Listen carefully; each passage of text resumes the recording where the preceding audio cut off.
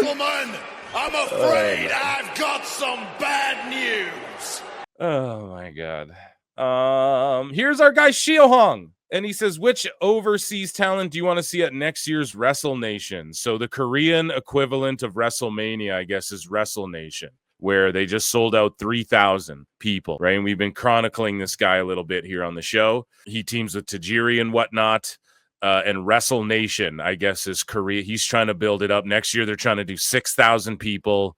Everyone go and give my guy Shiohong a follow. Look at that. He cracked 1,000 since the PWT bump, as they say. No. So here we go. Let's just take a look at what he's cooking over there. Side kick. 야. kick. 그리고 돌려라. 슈퍼 킥. 스피닝 킥. 날카로운 킥을 한 번씩 주고받는 사무라이의 소유가 시옵니다.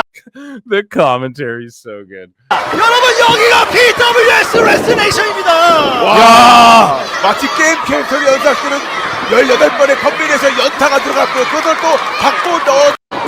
So, oh my gosh, Shiohong. You'd have to pay me to go to Korea, though. Shotzi Blackheart announced 3 GCW dates in Japan. Shout out GCW. They're like, dude, wrestling's hot. We're going to strike while the iron's hot. And they come flying in with like Puerto Rico show, Japan show, Mexico show. I think they're going everywhere. So Shotzi Blackheart, 3 GCW dates in Japan. Shinjuku Face, Tokyo Square, and the Korakuen Hall. So good for her. Speaking of Puerto Rico, we have Deonna Purrazzo with House of Glory Wrestling. She's returning to HOG because Lord knows she's not being booked in Ring of Honor or AEW. And for Puerto Rican weekend, it's a Rican weekend, baby. I'm just trying to have me some fun, bounce. No.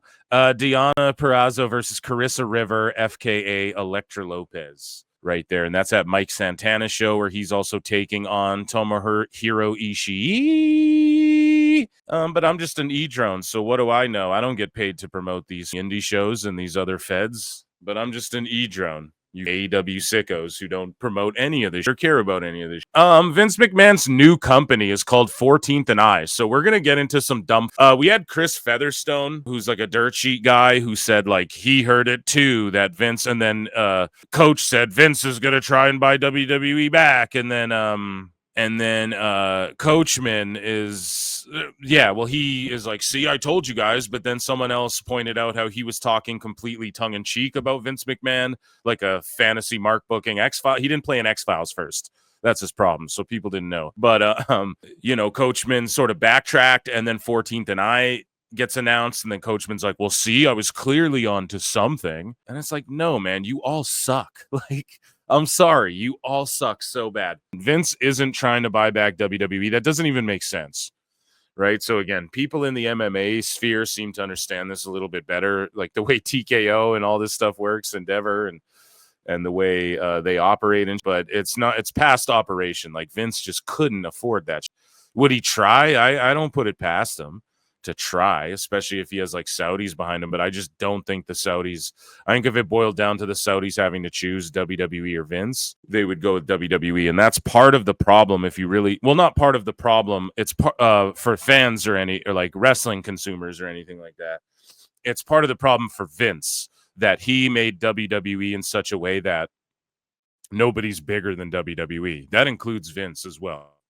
So if he never did that, he'd have been bigger than WWE, his name alone. For instance, like if Dana White left the UFC right now and he started his own MMA organization league, trust me, that UFC would be like, oh, fuck. However, Dana set it up so that UFC is like bigger than any one fighter, but they would be like, oh, shit. He would know what to do. Vince would know what to do if you were going to make a wrestling company compete at the highest level. He would know what to do and how to get there and who to talk to, and maybe different in 2025, but he would like have the best shot of anyone in the world. So it's not like WWE wouldn't be like, or if he started a Fed, it wouldn't like raise eyebrow. But I just don't think he's doing that. I think he just wants to get into sports and entertainment, just make sports documentaries, sports reality shows and shit, and sell them to Netflix. Netflix is all about these like challenge shows. Make a reality show with NFL guys or something. You know what I mean? But anyways, Vince McMahon's company is called 14th and I. The company will be pursuing opportunities in sports, media, and entertainment. There's no indication yet that this company is pursuing business related to wrestling. Brad Bloom, a former WWE executive and longtime ally of McMahon, is the president, according to Bloom's verified LinkedIn profile. Shout out LinkedIn, right? The real dirt sheet of the internet.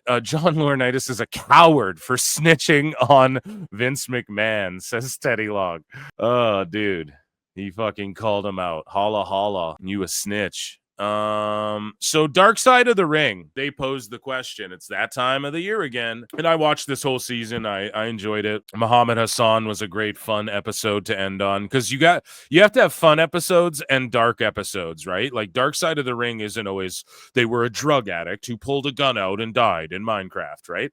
That's not like what they all need to be. Sometimes it's like the original Sheik, where he just wouldn't lose and he fucking did this crazy hardcore shit, but he wasn't like poor in a box and fucking, his territory struggled and there's some crazy stories and he did some crazy wild hardcore shit, but he died with people who loved him, surrounding him in a big family and everything. So they're not all bad. Like they're not all supposed to be terrible, but I laid out a list of the ones I wanted to see in chat. I want you guys to let me know if you think I'm onto something with these. So I think they should do an episode on Zandig, CZW, Brawl Out / Brawl In, both of those combined in one, maybe a two-parter, one for each ep, the way they did Benoit. Andy Kaufman, who his Twitter account retweeted me, by the way, and was like, I made the list again. And I don't know who runs that Andy Kaufman account, but whoever it is, bravo. Mildred Burke, but like the real story, So I wanted to review Queen of the Ring. I might still do it. Maybe this Thursday, that's what I'll do. But Queen of the Ring is very much like, it's very, what's the word? I guess you could just say like feministy in a way that like, it's not bad. It's like, I'm not against them trying to be like empower women, but the literal plot of the movie doesn't make sense because they're trying to excuse away the fact that Mildred was down with this dude fucking around on her and like pimping, like this dude like pimped ladies out, her husband and shit. Like it's in the Fabulous Moolah episode. They talk about it a bit of Dark Side of the Ring, but in the Mildred Burke movie, they're trying to make it like everything's her choice, but it just makes her look stupid in the movie. Because ultimately it's like, no, she was abused and shit. And I know you want to make her look like this woman who broke through the whatever, but I don't know, telling the real story of like, no, there was some real horrifying shit. And she turned a blind eye and helped recruit some of these ladies too. And they made it like she was their savior and understood them all and shit, which maybe there was some of that, but I mean, you got to tell the real Mildred Burke story. That'd be awesome. Anyways, Vince McMahon and Janel Grant, I think you just got to do it, right? If they've done isolated Vince like Black Saturday or this, you got to tell the Vince McMahon Janel Grant. Like, you just got to do it. I'm sorry. The Ring Boy scandal, speaking out. I don't know how they haven't done that one yet. Scott Hall, Mike Awesome, Teddy Hart, Jim Cornette versus Vince Russo, the Flair family, and their many tragedies, plane crash, survival, become the GOAT, Charlotte Flair, if you want to get into the many divorces and shit, not saying like we got to drum up dirt, but it's part of there's a lot of tragedy like that comes with being, the GOATs or the GWOAT if you're Charlotte. So people in the family passing away, etc., losing it all. There's points where Ric Flair was like nervous. He was having anxiety attacks before he was in Evolution. Ric Flair, like in the early 2000s, he's going out there for house shows having anxiety attacks. He had to borrow almost $1 million from Vince and shit. Like there's trials and tribulations there, And Ric Flair's ESPN 30 for 30 is fucking amazing. So the Flair family, I think it was a 30 for 30 they did on him, but yeah, that would be awesome. Kurt Angle, which they were supposed to do, and it never happened. In season 5, they were supposed to do Kurt Angle, and they never did it. And they could talk about like the Fox Catcher Academy. And then you have TNA almost going out of business for 20 years. I mean, you had Eric Bischoff come in. You could talk to Dixie Carter. You could talk to Corgan when he was because remember for a while there, Billy Corgan funded like millions of dollars, kept TNA alive there for a bit.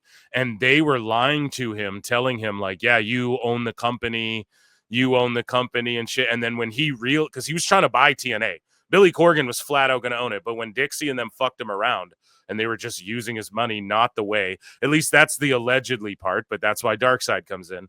And that's when he just went and bought NWA. But if you remember, right before he bought NWA, Billy Corgan was like showing up in TNA and shit.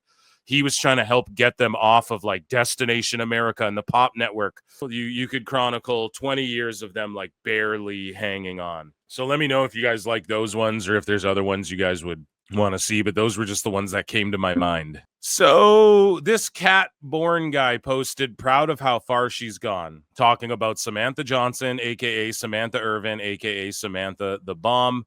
And again, she was on The Voice, she was on America's Got Talent, but it was 10 years ago. And how far she's come, like, isn't she just gone full circle and she's just like singing again and shit, right? So it kind of seems like, maybe, I guess I'm not going to be negative, but how it seems like she's regressed back to just singing, you know? Yeah, shout her out. I'm not going to play this. NBC will pull us down. The cock will pull us down. And that, ladies and gentlemen, was miscellaneous news right there. We have some stuff to transition into. Ladies and gentlemen, I'm afraid I've got some bad news. We do have some MMA news quickly, which pertains to pro wrestling. So, breaking news, according to inside source, BKFC is quietly seeking new investors to facilitate a buyout from Triller and shift to new ownership.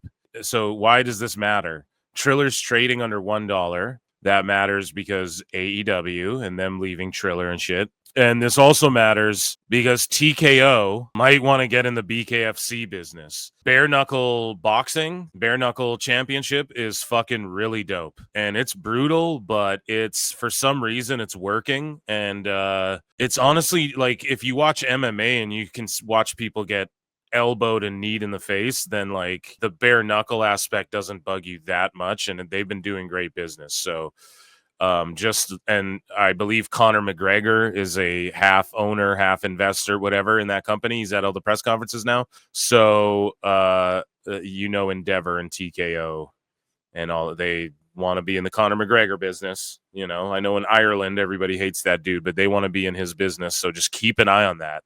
A potential bare knuckle FC joining the fold and TKO, but also the UFC debut patches. Do you guys see these? Where's all the fucking sickos marking out? In MMA, it's kind of the fighters. Some of the fighters were like, what do the fighters get paid? Like for wearing these patches. But there you go. They're in the UFC too. Are people going to cry? Remember when people were crying about this for a week and then, or like 2 days, and then now nobody brings them up? And I challenged the IWC. I was like, hey, if you're crying about this, I want every show, you need to point out exactly where the patch is. Every fucking show, you need to point out where every single one is. Could you imagine Jacob Fatu wearing one of these? Yeah, the fucking baddest human beings on the planet are about to wear those fucking crybaby marks. So here are Ryan and Nick Nemeth, the TNA World Wrestling Tag Team Champions. And here we go. They're throwing out the first pitch with the D-backs, baby. TNA. Any fans out there? Wrestling World Tag Team Champions. Catching the first pitches are Ryan Thompson and Justin Martinez.